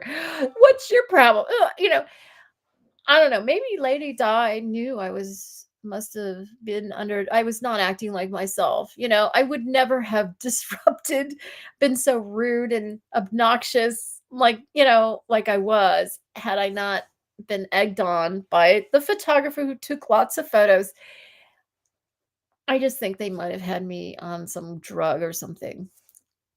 I knew the guy, and I knew he was looking out for my interests. I had a hair in my mouth, and I trusted him, and I just did what he told me, and I loved it. I had so much fun. And yeah, Lady Di just looked like, "Oh, no." Oh, she looked horrified. And I was trying to be all chummy with her, and she was cold, towards me. And we were friends. We had become really good friends at the end, all those 10 most of those 10 days. And at the end, all of a sudden she's cold, gives me the cold shoulder because she's in front of Charles and in front of the whole royal family, and she's trying to be on her best behavior, right?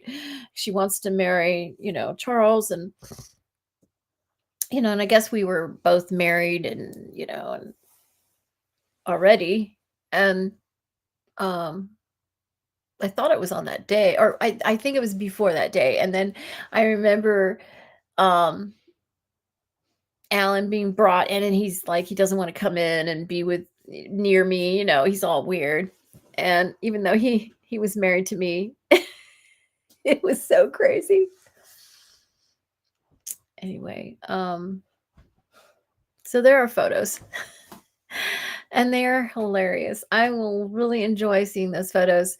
I was at a very awkward time in my development in 7th grade, though. You think my nose is pretty wide right now. It was really, my nose was growing faster than my face, and that was an awkward time in my appearance. I mean, I don't know. Maybe you think I look awkward now. I don't know.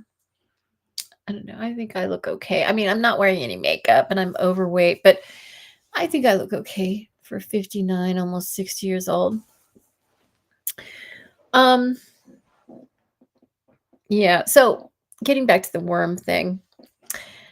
So I was examined by these doctors, and I was, they, I was, you know, they would flare out up more sometimes than other times. And they were like really bad that day. And they saw the worms. They were examining my body. I don't know why I thought it was fine for them to do that. I mean, I must have been under the influence of a drug. And they're like, "Oh," and then I remember, maybe I was drugged unconscious. I think that's what it was. And I was aware of what they were saying. I could, and this is why I can remember it. That's what it was. And a doctor who was one of my people said, "Oh, well, he's the one that discovered it, and he showed them because they were trying to protect me." Okay, he showed him the worms crawling over, and he's like, "Oh, I gotta call everybody and call it off." Um, so basically, there were a lot of Charles's friends didn't show up to this major spectacle party thing. They had like chairs for like over 50 people, maybe. I don't know. It was in Alan's house in the English countryside, his family's house, and I mean, it was a big room. I it wasn't big enough for 100 chairs, but it was like, I think it was like about 50 chairs, maybe. I'm thinking set up like folding chairs and rows, and there's the queen mom like out of it because they have her on some drug sedative. And Lady Di, she's obviously on some sedative that somebody gave her. Camilla is just herself. She doesn't need a sedative. Everybody else was themselves, didn't need any sedative. There's Queen Anne, and she's next to her mother, the queen, and then there's the queen mom next to her, all out of it.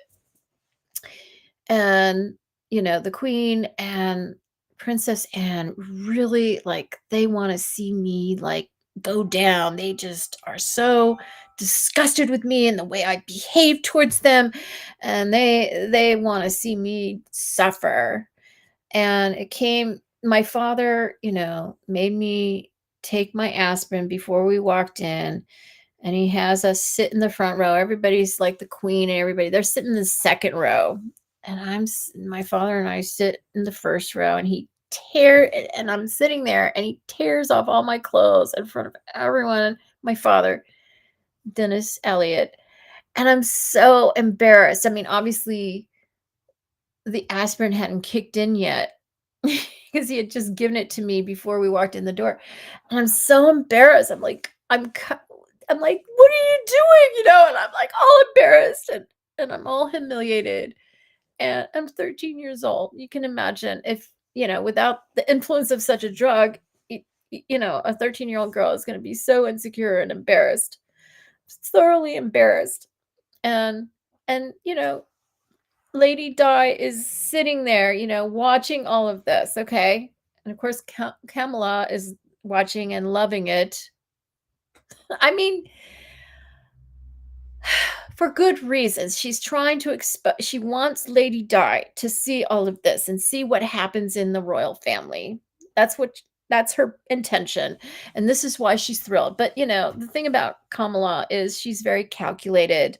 She thinks she's really, really advanced, and she's a woman who's very, like, she has all these sly little um jokes, and like she's like clever, and she thinks she's really, really smart, and she is, but she's very calculated. She's not very sensitive, and I don't know. I just didn't like that about her. Even though I liked her pretty well, she was very nice to me, but she was only really nice to me because she knew I was supposed to be this mega genius, and she was like all in all of that. She loves the thing about Kamala is she really values intelligence. Like it's like I don't know, that's all that really matters to her, and she was just observing me and taking me in because she found me to be such an interesting specimen. She'd heard all about me, and, you know and I was told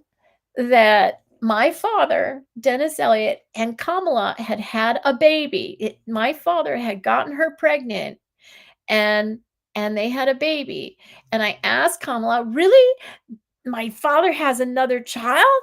How old is he?" And she goes, "Well," I said, "Is he older than me or is he younger than me?" And she asked me when my birthday was, and Kamala told me that this is during our little high teas and all of our little activities as ladies in London, doing the sophisticated British thing, right? And she asked me my birthday, and I told her my birthday, October 21st, 1965. She goes, "Oh, he's slightly younger than you." And I'm like, "Oh, okay." And that's that guy. That guy who has come forward? He's in is it Australia? I forget his name now. He had a weird name. He had 3 names, and he came out saying he's Kamala and Charles's son. No, it's and I reached out to him and I tried to tell him, "No, you're Dennis Elliott. My father is the first." It's so complicated, these bloodlines.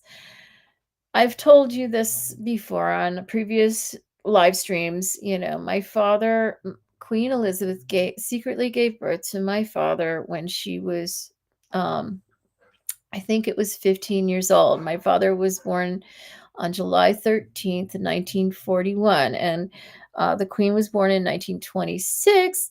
So that would have made her 15 years old. She was born in April. He was born in July. Yes, so she was 15 years old, and they took her from her, and they shipped him to Iowa for my grandmother, my grandma Ruth Elliott, to raise as her firstborn son. Now, and Ruth knew, my grandma knew that was not her baby, and she raised him thinking he was not her baby. Um, and that's why her second born, my uncle Norm, who is 5 years younger than my father, was always her favorite because she thought she had naturally conceived him with her love affair over, when my grandpa Elliot was stationed in it's so hard talking about all this. It's just so much stuff to get into. I'm a can of worms, okay? When my grandpa Elliot was stationed in Japan during World War II, while he was gone, she had a red hot love affair with Henry Willis, who is the direct descendant of Thomas Jefferson and Sally Hemings. And I guess she really loved that. And and Uncle Norm kind of resembled him. He was shorter.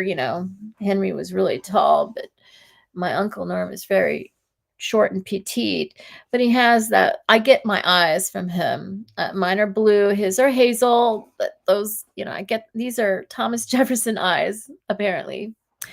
And but anyway, and he is my genetic father too. And I've talked about the rumors in my family. They thought my mother had a threesome with Norm, and my father the day before the wedding. She wanted a blonde baby, so she thought she'd have more of a chance with Uncle Norm, who was a redhead, than my father, who was a brunette and brown eyes, small brown eyes. But the thing is, my father, Dennis Elliott, was like white blonde when up until he was like 12 or 13, until he reached adolescence. And so really, I mean, he has blonde genes. Anyway, it shouldn't matter. He played Dennis the Menace. Right, he looked like Dennis the Menace, and that was a show that inspired Daddy, to create. It was my father, Dennis Elliott, was the inspiration behind Dennis the Menace. Yes. And he looked like that as a kid. He was a really cute kid, and then when he grew up, he wasn't quite as attractive, and I'm sure that must have been difficult for him. But okay, I know we're getting into all these stories, rabbit holes. I know we're talking worms, aren't we? So my father has just torn off all my clothes in front of everyone. I'm sure he planned it this way, knowing that the drug hadn't quite taken hold, and I would be totally like humiliated and embarrassed. And I was just like this, and I was trying to cover my body. I'm in front of like all these people. It was so embarrassing. And Lady Di is there, and I'm so ashamed. And and Lady Di is watching this. My friend, my good friend, Lady Di. And and then there's Alan up there. He looks like a little boy, and he's up there, and they're just like men are rapeding him. It's SODOMIZING him. And Alan's father's there. I guess his brothers are there. And this is like what they do in Britain. I mean, it's the upper echelons of society. They just all have a fuck fest. I mean, I get, and the royal family, like watching dogs mating. Bravo, bravo, bravo. This is the royal family. And so it's very ridiculous that Queen Elizabeth would strip Andrew of all his titles. I mean, I really think that anyone who does anything like what Andrew did, yes, should be. But the point is that all of them do it. It's just Andrew got caught. Andrew was careless. And so to make an example of him and to protect the image of the royal family, they have to make him an example and strip him of all their titles. They should all be stripped of their titles. I mean, they all, they're all pedo, PEDO, the rest. They're all that. I mean, I was a 13-year-old girl. Alan was 21, so I guess he wasn't technically, but this has been done to him since he was a child, since he was a boy, since he was underage. He just, was he 21? I guess he was born. Did I figure that out earlier? He was born in 57. It's 79, right? He was turning 22 in July, right? July 1st, I think it was. Right. So he was very young, but an adult, full adult. Yeah, I was 13. And I was watching poor Alan up there. I mean, obviously, I was sitting there all embarrassed. I was like, why did my father do this to me? It was like the worst. It was my worst nightmare. 13-year-old girl. Everybody's looking at me, and I'm like trying to cover my body. Obviously, the aspirin hadn't taken effect yet. And then but they knew it would. My father knew it would soon. He was trying to put me on display, I guess. Like, see, she's like all pure. She's not, she's a pure girl. I gave her a pill. I guess he's letting them know this. I don't know. So they have him up there, and these guys are like I had never seen anything like this in my life at that time. I was like shocked, like, and I'm relating to poor Alan because I'm used to people raping me. And he's being raping is how I see it. And I'm watching them and I'm like, no, stop. Anyway, everyone's, because everybody was egging them on and like, oh, I mean, this is what the royal family and all these British people do. This is their recreation. Like, they have polo, right? They got the racetrack, right? And they have like sex day, like underage children. Now, I mean, I don't know if they're all underage. I think Harry and Meghan were very popular on stage. They were of age. It's fine if everybody's of age, but there's a lot of underage. I mean, that's where it all starts in the United States, is in England. It's a culture, and it dates back to England. It's pretty bad there. And very abusive. Anyway, so I finally like can't stand it anymore, and I stand up and I say, stop, and obviously I'm not covering myself up anymore, and they know, oh, okay, it's kicked in, okay. And everybody's like at first they don't do anything, and then eventually like everybody like backs away and gets quiet because they know I'm gonna do something. And they back away from Alan, and he's up there all by himself, all in a heap, a huddle heap, he's naked and he's just like in a heap, he looks pathetic on the ground. And I walk up to him and I almost cry thinking about it. And I just walk up to him and obviously a part of me remembered him. I didn't consciously remember him. And I just felt so sorry for him. And of course, because I'm under the influence of such a powerful drug, I guess I start doing something. I don't know with him, but standing up. It was like I got him to stand up, and there's something that happened, standing up. And apparently, this was like a huge big deal because they had never seen Alan be able to perform as, he was, he had ER, apparently always did. I mean, I never knew it because, of course I had no memory of this when I was 13 years old, standing there before everybody. I had no memory of this, but, when I was a little baby going to, healing Alan in his room at I guess it was the same house that Daddy brought me to in the English countryside.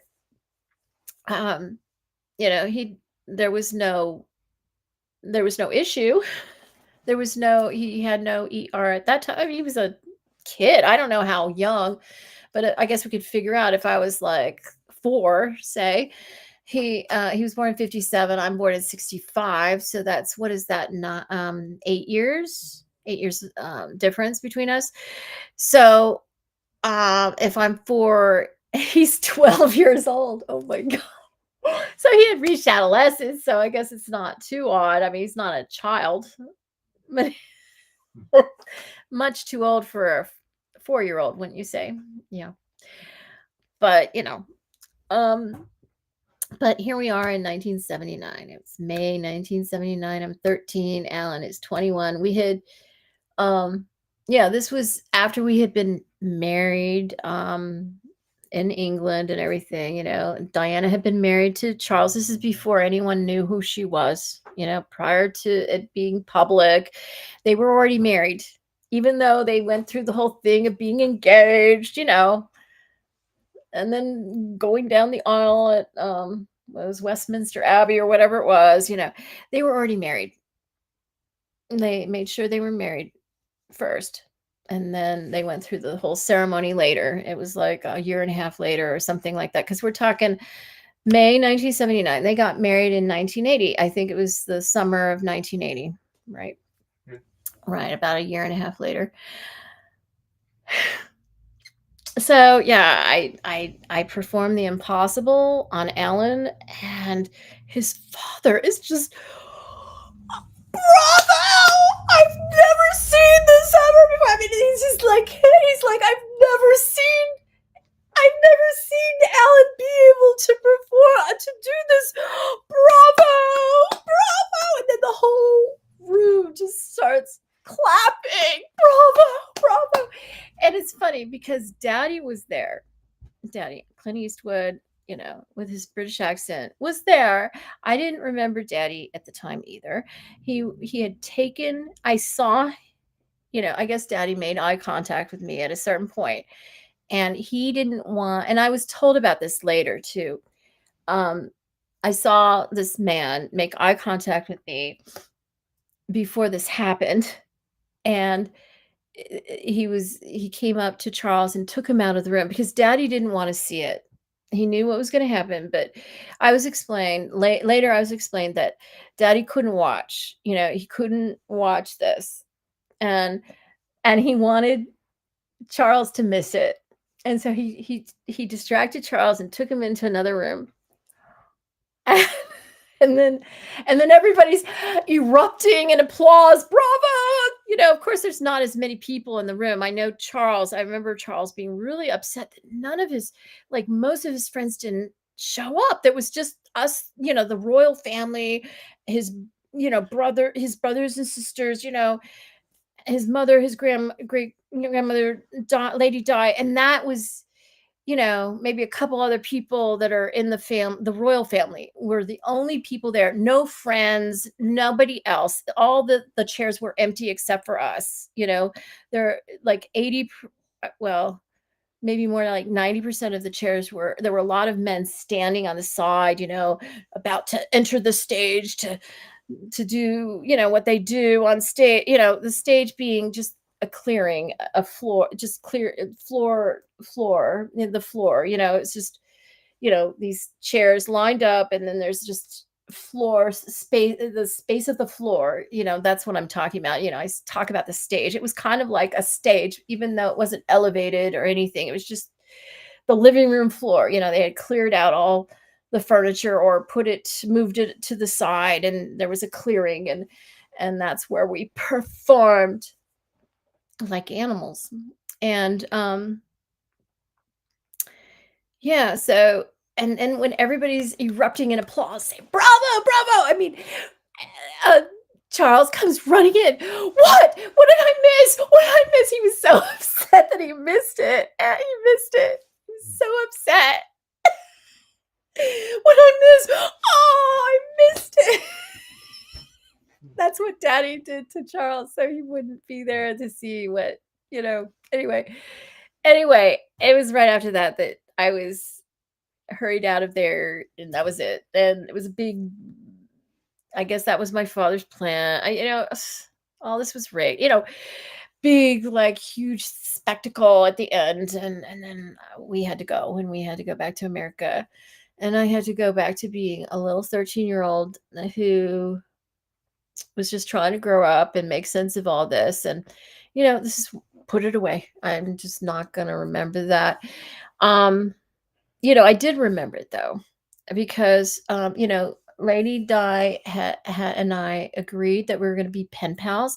And Diana said that she's the best pen pal, that she has many pen pals, and this is her thing. And she writes really good letters, and she so much looked forward to being my pen pal. And I was so excited, And so when I got home, but everything had changed at the end, and I was really worried about it.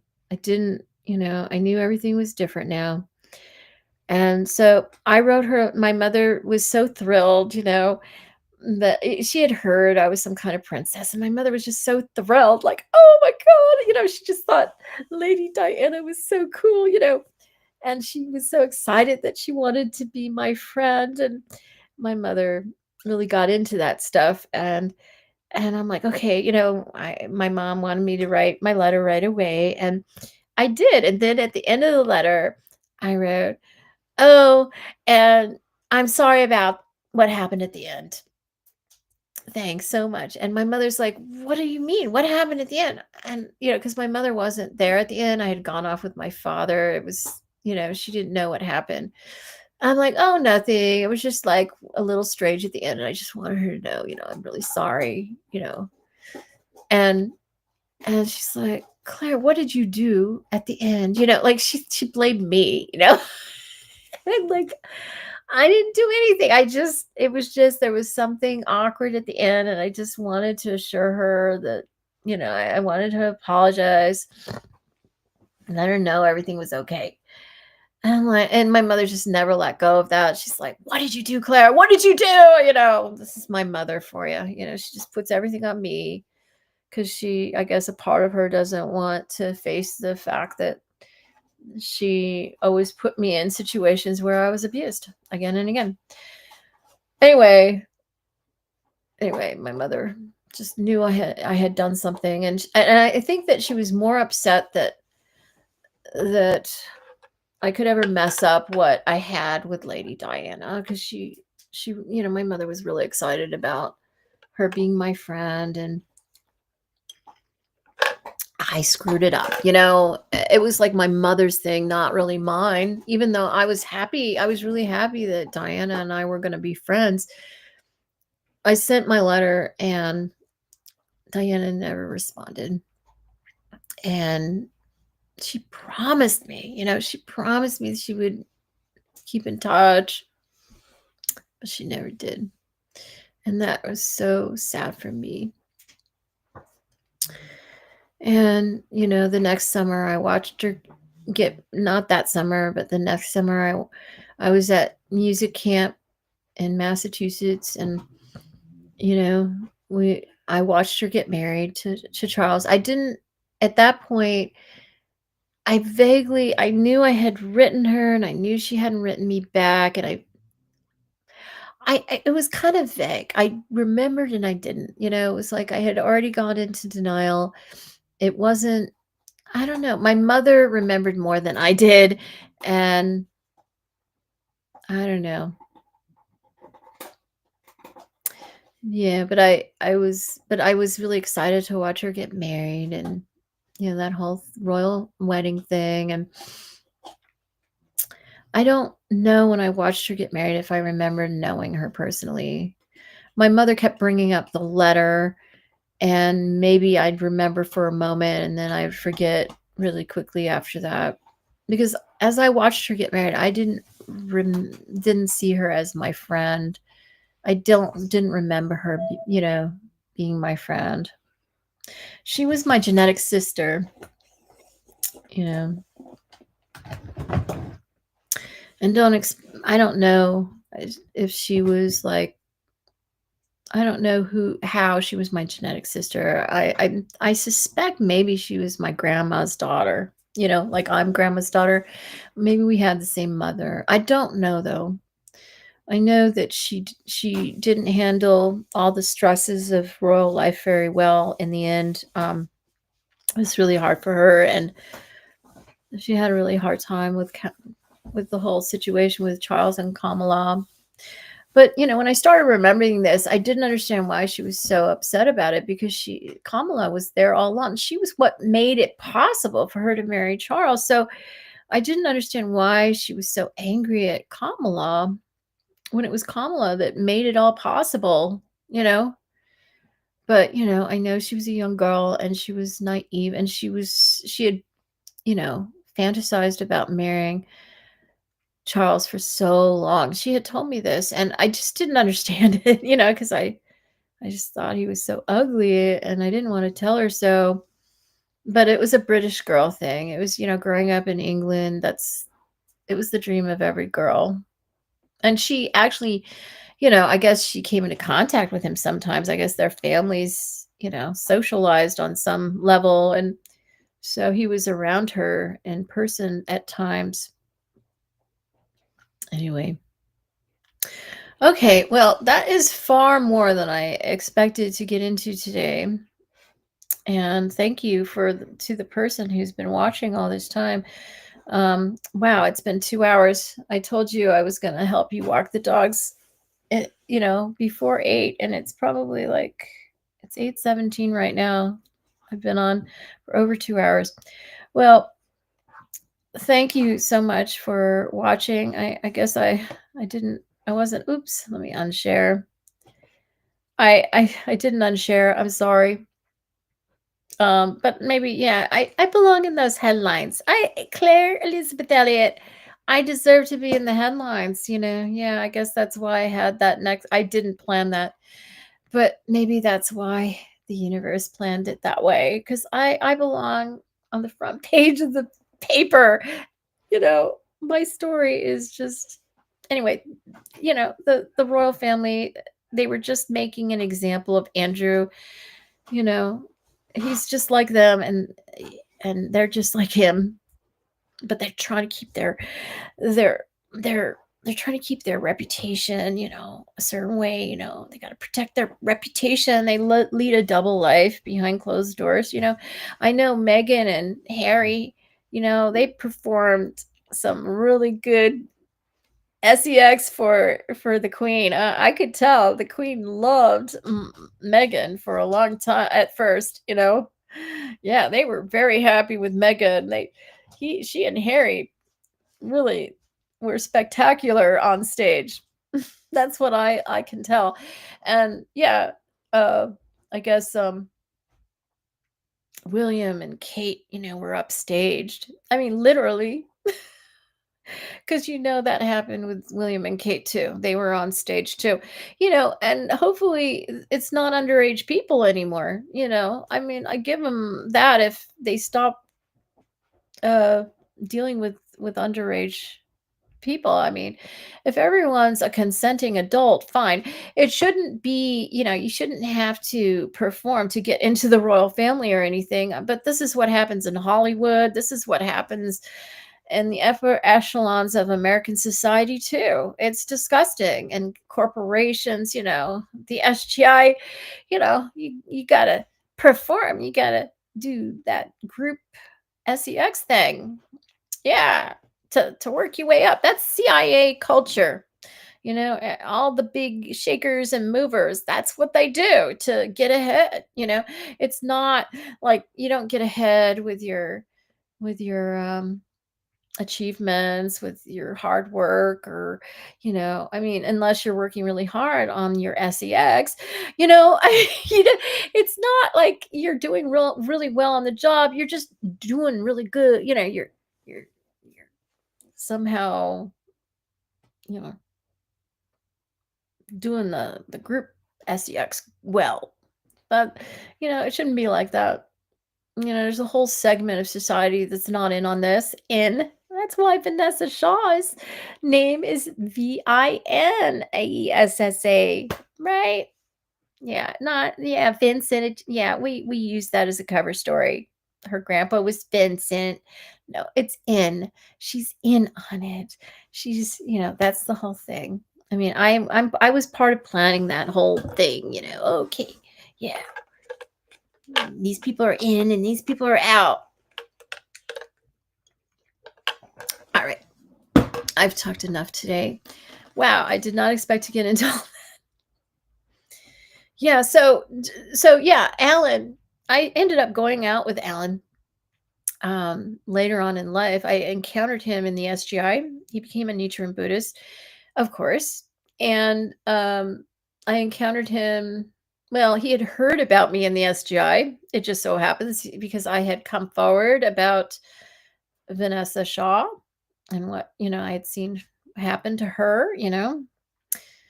Um, the RAPE of her when she was 15 by a group, by the at a leaders meeting at Larry Shaw's house. I was there and I was DRUGGED and I was conscious and I witnessed everything. And it was such a shock. That's how Larry promoted her, and that's why she had the career she had. That he sold her literally. And yeah, I mean, Vanessa is very talented and she's beautiful, but that's the way Hollywood works, unfortunately. I mean, it's disgusting. It's like everybody in society is a PROSITUTE.